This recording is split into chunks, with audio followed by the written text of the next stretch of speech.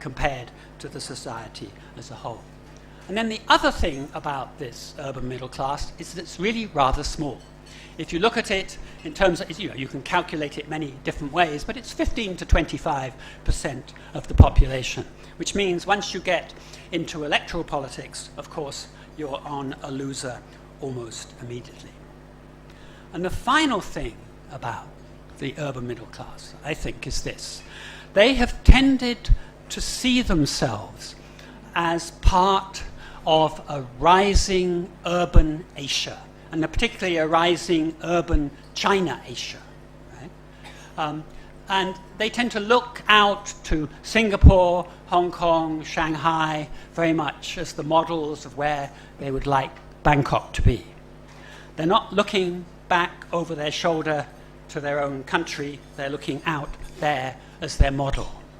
I think the average one member of this class that I'm talking about is more likely to have visited Singapore, Hong Kong, Boston, LA, Shanghai, than ever to have been to a Thai village.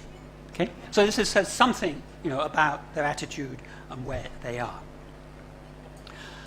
Their view of the provinces and the countryside is always very ambivalent and very ambiguous. It's nice to have these people as cheap labor. They can drive your car, be the maid, be your taxi driver, be the labor for cheap labor industries here, which do very well on export. But the other side of that is the feeling that they're backward and that they're holding the country back. When then there's this upsurge that comes from below, the gut reaction of this urban middle class has been to try to delegitimize this movement for change by saying these people are uneducated and lazy. They're buffaloes, is the great word that is used. And what this is, you see, is the flip side of saying we are the people who got where we are by working hard and saving and doing all these things. The flip side of that is that these people are not where we are because they must be uneducated and lazy. And of course, if they actually went to understand this society and looked at it, they would find things were very, very different. 2 years ago, in the middle of all the mess in 2010, my wife and I were invited to go and give a series of lectures to the top 20 executives of one of the top three banks here. And I did that story I just told now over an hour lecture with all the charts and the details. And they were flabbergasted about what you told them about what had happened in rural society and how things had changed. And at the end, one of them came up to me in the coffee break and said, "I think I got it. They know us, but we don't know them. Is that right?" Yes, got it. Okay. So what do they want? What do they want in this conflict? Basically, they want no change. They want to go back, if possible, to the era pre-Thaksin, if possible, back to pre-1997. A kind of society and politics where people seemed to know their place and where there seemed to be an order of things which benefited them very much. I'm now going to actually talk a little bit about reconciliation, since it's on the word. I think reconciliation is a very silly word. I don't believe in the concept at all. I don't think any of the politicians involved believe in it either. They don't really seem to show any sense in which they really think there is any kind of reconciliation. I think the word is kind of silly because it sort of implies going back to some kind of peaceful state that was there before. That's impossible. We're in the middle of a big change. It's going forward like a steam train, and it's still moving very fast indeed. It's not going to go back. It's probably going to take quite a long time. It's not something that's going to be resolved very quickly. And even though maybe in the last year things seem to have maybe been quietened down and be a little calmer, I think if you stand back, you still see that things are changing really very fast indeed. Why? I think the first important point, why things are still changing, and how they're changing is because of the election that was held just over a year ago and the result that came out of that election. It was a very, very emphatic win for the Pheu Thai party. They increased their vote over the previous poll basically by 25%. In swing terms, in the Western electoral technology, that electoral terminology, that is enormous. 25% both on the constituencies in the party list. They extended out from their heartlands in the north, upper north and the northeast into very large parts of the central region as well. To the extent it was a verdict on the dispute that had been played out in the streets in the previous 2 years, that was a very, very emphatic verdict indeed. Since then, and largely as a result of this election, the opposition to the present government and to the whole red side is really very weak indeed. Okay? The yellow shirts are totally in disarray.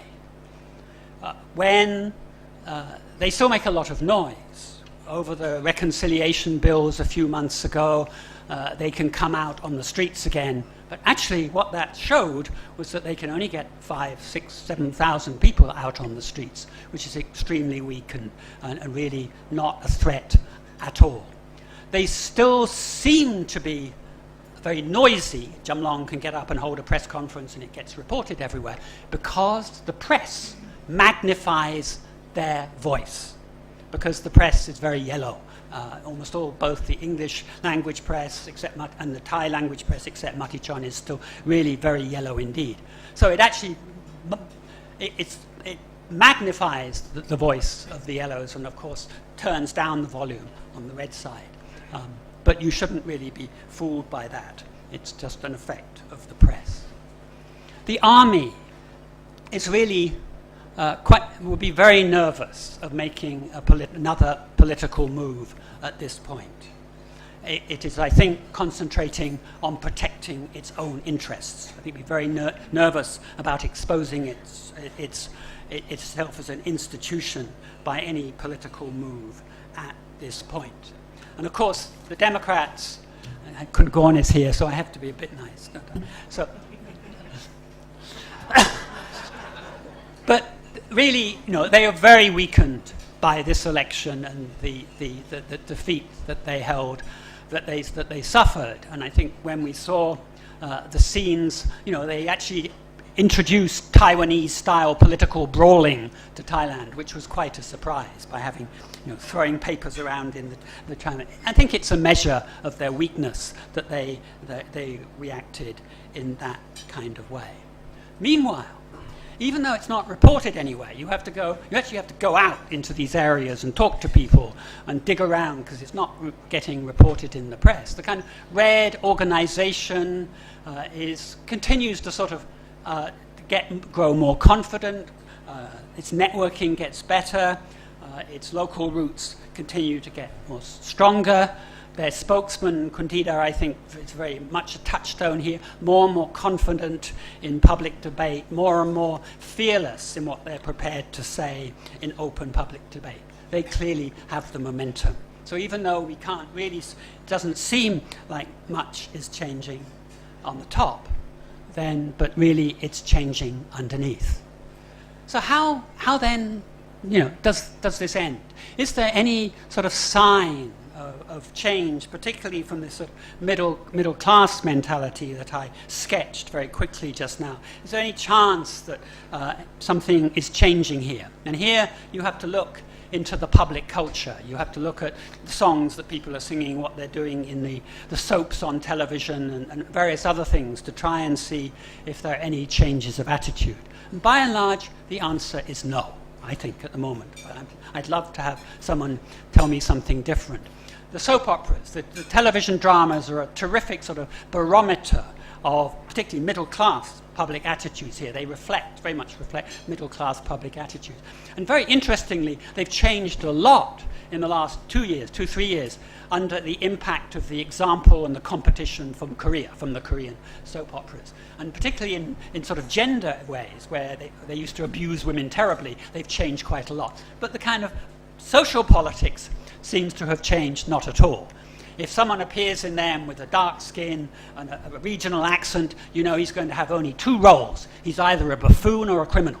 You know? And that attitude is still there. And until that changes, you know that something is still very sort of locked in the mentality of the people who are making it and the audience who's really, they're pandering to.